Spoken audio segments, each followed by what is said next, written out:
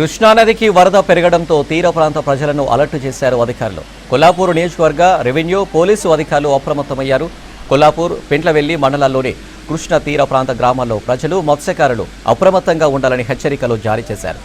Telangana AP రాష్ట్రాల మధ్య కృష్ణానదిలో పడవలు నడిపే వారికి సూచనలు చేశారు. కృష్ణా తుంగభద్ర నదుల వరద తాకిడితో శ్రీశైలంలో 884 అడుగుల వరకు నీరు చేరడంతో కృష్ణా బ్యాక్ వాటర్ సోమశీల, ఎల్లూరు, అమరగిరి తీర ప్రాంతాలను తాకింది. పెంట్లవెల్లి మండలం మంచాలకట్ట, మల్లేశ్వరం తీర గ్రామాలకు కృష్ణ వరద నీరు చేరింది. మంచాలకట్ట దగ్గర నది తీరం సముద్రాన్ని తలపిస్తుంది.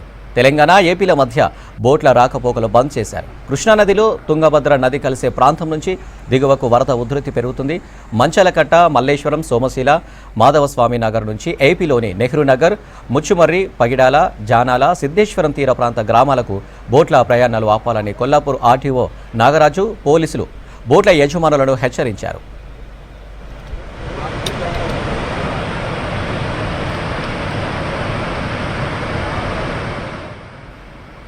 రైట్, ఇక కృష్ణా తీర ప్రాంతాల్లో అధికారుల అలర్ట్స్ కు సంబంధించి మరిన్ని డీటెయిల్స్ బాలకృష్ణ అందిస్తారు. బాలకృష్ణ, కృష్ణా తీర ప్రాంతాల్లో ఎలాంటి జాగ్రత్తలు తీసుకుంటున్నారు?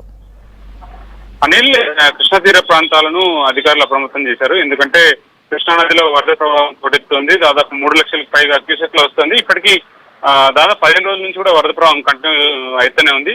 సో జూరాల నుంచి కూడా వస్తున్నటువంటి వరద ప్రభావం నేపథ్యంలో శ్రీశైలం బ్యాక్ వాటర్ అంతా కూడా ఫుల్ ఫ్లెడ్జ్ గా రివర్ నిండుతుంటే ఒక ఏదైతే నదీతీర ప్రాంతాలను ఆ ప్రాంతాలను అధికారులు అప్రమత్తం చేశారు. ఎందుకంటే ఆయా ప్రాంతాల్లో ముఖ్యంగా చేపల వేట లేకపోతే నదీ ప్రయాణం అనేది చేస్తుంటారు కాబట్టి ముఖ్యంగా సోమశిల, అమరగిరి, మంచాలకట్ట ఇట్లాంటి ఏరియాలు ఏవైతే నదీతీర ప్రాంతాలు ఉన్నాయో ఆ ప్రాంతాల్లో ఎట్టి పరిస్థితుల్లో ఎవరు నదిలోకి వెళ్ళొద్దని చెప్పి అధికారులు ఆదేశాలు జారీ చేయడం జరిగింది. దీంతో పాటు చేపల వేట కూడా ప్రధానంగా చేస్తుంటారు. వాళ్ళు 24/7 అంటే నది మీద జీవనం, నది పైన ఆధారపడి జీవనం సాగిస్తారు కాబట్టి వాళ్ళని ఎట్టి పరిస్థితుల్లో నదిలోకి వెళ్ళొద్దని చెప్పి సూచిస్తున్నారు. ఇప్పటికే మనకు శ్రీశైలం వాటర్ ని కూడా డిశ్చార్జ్ చేయడం జరిగింది.